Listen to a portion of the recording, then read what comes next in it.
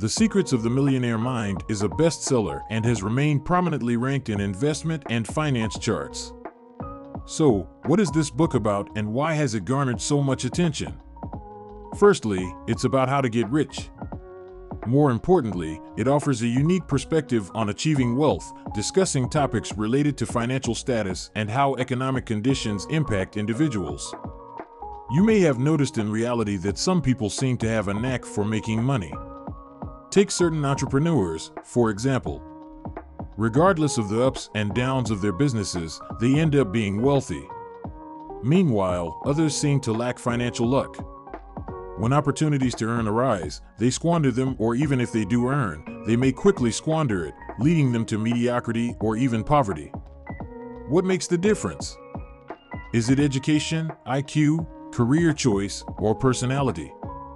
The book tells us it's none of these. Our financial outcomes are not directly linked to these factors. The real cause lies elsewhere. In simple terms, the book argues that we all have a blueprint of wealth in our subconscious.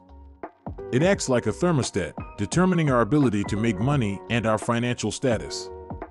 If your wealth blueprint is expansive, you'll become rich even if you start with nothing. If it's limited, you'll lose your wealth even if you have a lot. To have a good wealth blueprint, you must shed many outdated beliefs about money and change your way of thinking and your habits.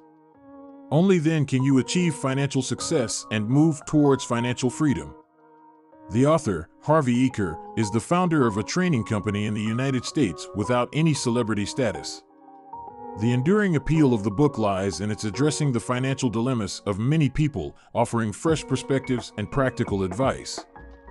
Here's where its value lies. I'll break down the book for you into 3 parts. Firstly, we'll delve into the wealth blueprint, repeatedly emphasized, what it is and its importance in getting rich. Then, we'll discuss the mindset that must be adopted to materialize this blueprint. Lastly, we'll explore the habits that must be fostered. Together, these sections cover beliefs, thoughts, and actions regarding wealth, hoping to provide some inspiration or motivation. First, let's explore what wealth blueprint means and why it's so crucial for getting rich. The author explains in the book, what is a wealth blueprint? Just as an architectural blueprint is a plan or design made before building a house, a wealth blueprint is your plan or attitude toward money. Your wealth blueprint encompasses your thoughts, feelings, and actions about money. At first glance, this might sound abstract and vague. However, the author uses an analogy to clarify, making it easier to understand. The author compares one's wealth blueprint to a room thermostat. If the room temperature is set at 73 degrees, that's the thermostat setting. If a window is opened and cold air lowers the room temperature to 55 degrees, the thermostat will kick in, returning the room to 73 degrees. Similarly, if hot air comes in and raises the temperature to 91 degrees, the thermostat will still work to bring the room back to its set temperature. So, what does this mean? A person's financial status depends on the wealth goal they have set. Whether it's a goal of $300 million, $500 million, $100,000, or $80,000, the money one can earn roughly aligns with the goal they have set. If they luckily earn more than their goal, they won't be able to retain that excess, eventually losing it. Conversely, if they lose a lot due to bad luck, it's just a temporary setback, they'll eventually regain it. In the author's words, your income can only grow to the level at which you are willing to reach. The author cites an example, former U.S. President Donald Trump. Despite his numerous business fluctuations, Trump, who once had billions, faced tremendous losses, only to recover and become even richer in a few years. Why? The author believes it's because Trump's wealth thermostat differs from the average person's. In other words, successful entrepreneurs might lose their fortunes, but they won't lose the most critical factor for success, the rich mindset. You might wonder, can the wealth blueprint really dictate someone's wealth? What's the underlying reason? The author's answer is straightforward. He believes the world operates on cause and effect. Wealth and poverty are outcomes, just like health and sickness. If you want to change the outcome, you need to change the cause. If you want to be rich, you need to have the mindset of the rich. This mindset generates feelings, which lead to actions, which produce results. This whole process is what he refers to as the wealth thermostat or wealth blueprint. A person's wealth blueprint fundamentally determines their financial status. The author believes, in reality, most people's financial thermostat is set at a few thousand or tens of thousands of dollars, not millions. Some people even set theirs at just a few $100s, and there are those who set theirs below zero, extreme cold, and still wonder why they're financially chilly. If you want to permanently change the room temperature, the only way is to reset the thermostat. Similarly, if you want to fundamentally change your financial situation, you must reset your financial goals, which is your financial blueprint. As the author says, your income can only grow to the level at which you are more willing to reach. How do we understand this statement? It contains 3 key words that can help us delve into the meaning of the financial blueprint. The first is more willing. As adults, we all know that making money isn't easy, and making a lot of money is even harder. If someone doesn't have the desire to get rich, they simply won't. To put it plainly, even if a pie falls from the sky, you still have to bend down to pick it up. Even if you win the lottery, you have to buy a ticket first.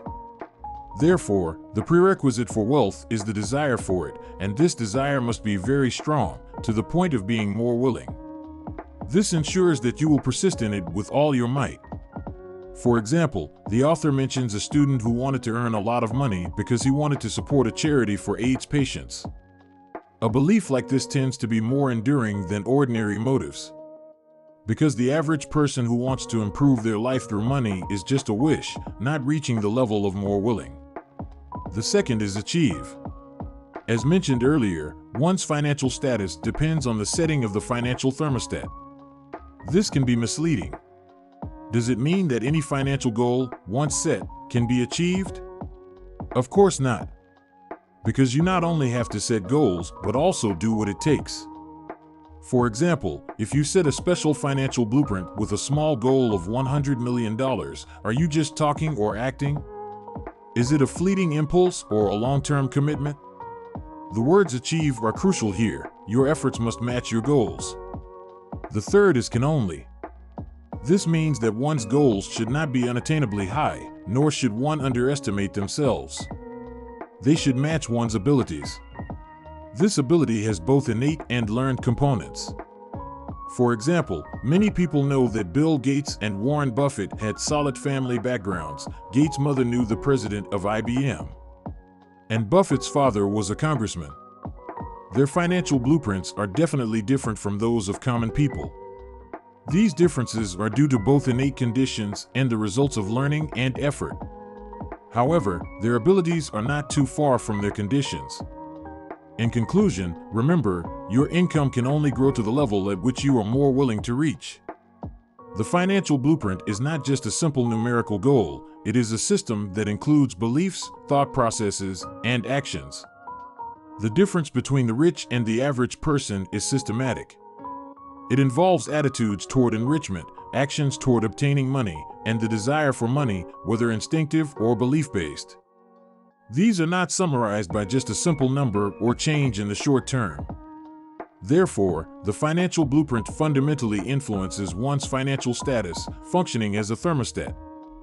Of course, we all know that simply having a goal is not enough. One also needs the right focus and methods. So, what kind of mindset should someone have to realize their financial blueprint? In this book, the author identifies 17 different mindsets and behaviors between the rich and the average person. However, due to space limitations, we cannot delve into all of them here, but we will focus on the most crucial ones. For the sake of avoiding negativity, we will use the term average people instead of poor people as used in the original book.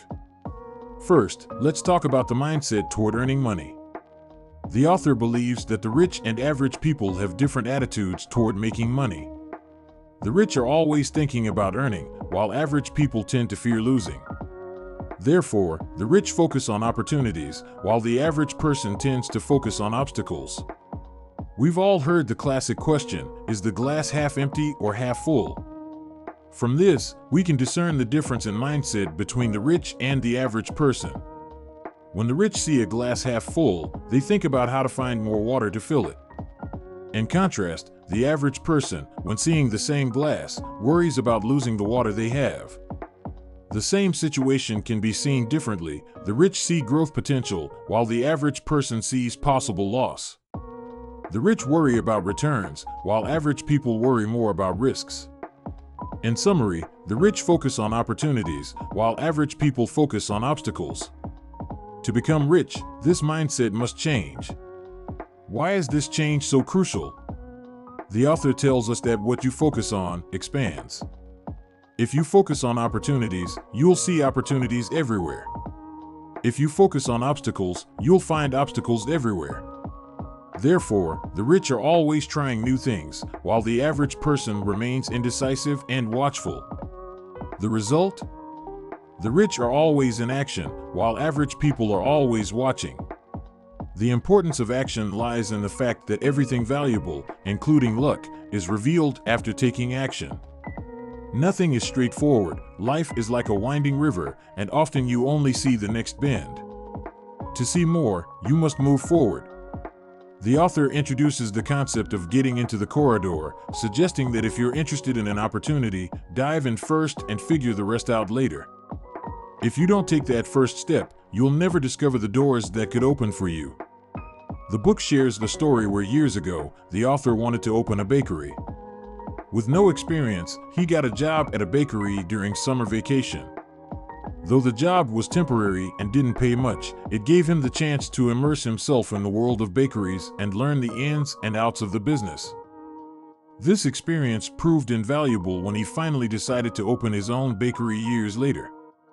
The author also emphasizes the importance of making bold and risky decisions to achieve financial success.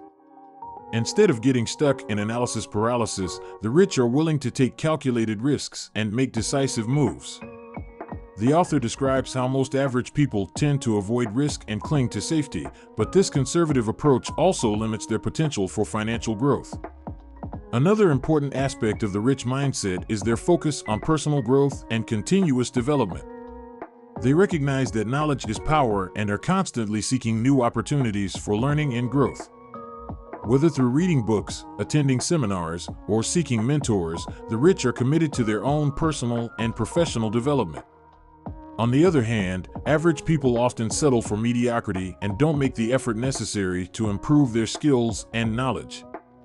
The author points out that fear of failure and lack of self-confidence are two of the biggest obstacles average people face on their path to financial success. In summary, the mindset of the rich is characterized by a focus on opportunities, a willingness to take calculated risks, a commitment to personal growth and continuous development. These qualities enable them to overcome obstacles and achieve financial success. Lastly, let's talk about the financial habits that distinguish the rich from average people. The author identifies a series of key financial habits that contribute to long-term economic success.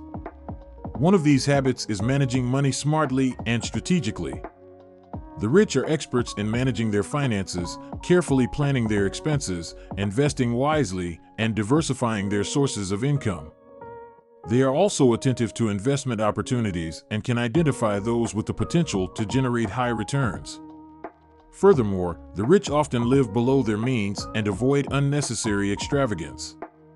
Although they can afford luxuries occasionally, they are aware of the importance of maintaining a modest lifestyle and not living beyond their means. This approach allows them to accumulate wealth and build a solid financial foundation over time. Another important habit is setting clear financial goals and working diligently to achieve them. The rich are knowledgeable about their long-term financial goals and are willing to make short-term sacrifices to achieve them. This requires discipline, determination, and a strong sense of purpose. In summary, the book The Secrets of the Millionaire Mind offers a unique perspective on how to get rich and achieve financial freedom. By focusing on the wealth blueprint, the right mindset, and key financial habits, the author provides a practical framework for those looking to improve their financial situation and achieve long-term economic success.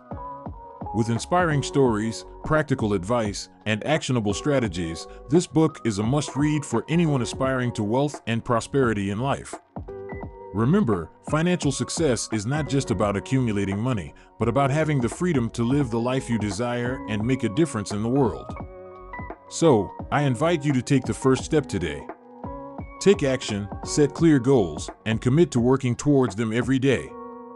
If you enjoyed this video and want to continue learning about finance and personal growth, be sure to subscribe to the channel and enable notifications so you don't miss any of our upcoming videos. Until next time, may your financial dreams come true.